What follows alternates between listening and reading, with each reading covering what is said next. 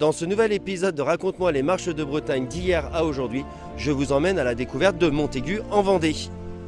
Les premières traces de vie à Montaigu nous ramènent à la fin de la période gallo-romaine, bien avant la ville que l'on connaît aujourd'hui.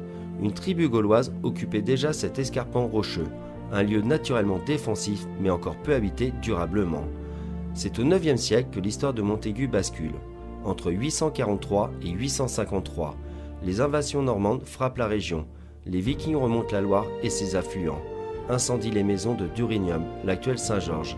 Chassés de leur foyer, les habitants fuient et trouvent refuge quelques kilomètres plus loin, sur un promontoire rocheux appelé Mont Acutus, le mont Tégu, qui donnera son nom à la ville. Protégé par les cours d'eau de la Maine et de l'Asson,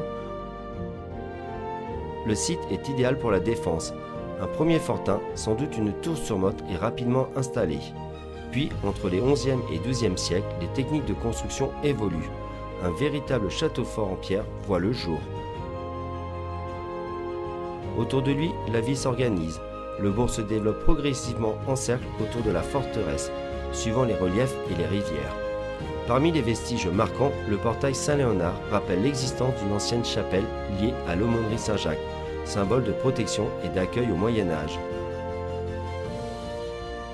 Au XVe siècle, Montaigu renforce encore ses défenses avec la construction de la digue, longue de 65 mètres, équipée de canonnières sur 2 niveaux. Elle permettait de noyer les abords du château et de contrôler l'accès aussi. Un ouvrage militaire impressionnant, témoin du rôle stratégique de Montaigu aux portes des marches de Bretagne. Maintenant, un peu d'histoire, nous allons retrouver Karl qui va nous parler de la frontière des marches de Bretagne. Et justement, où se situe Montaigu ? Ouais, salut Johan. Alors pour répondre à ta question concernant les marches de Bretagne, on va d'abord commencer par faire de l'étymologie.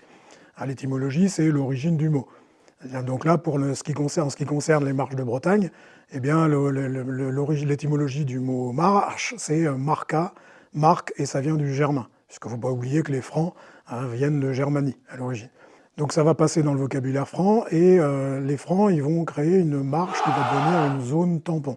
Une zone tampon entre leur royaume à eux et le royaume des Bretons, puisque les Bretons, depuis le 3e, 4e siècle, ils débarquent en masse de la Grande-Bretagne. Et eux, leur volonté, c'est d'étendre leur royaume, et la volonté des Francs, c'est aussi d'étendre leur royaume. Donc ça va faire des zones de friction, d'où l'intérêt de créer une marche, donc une zone de tampon qui va permettre d'absorber les velléités de chaque côté.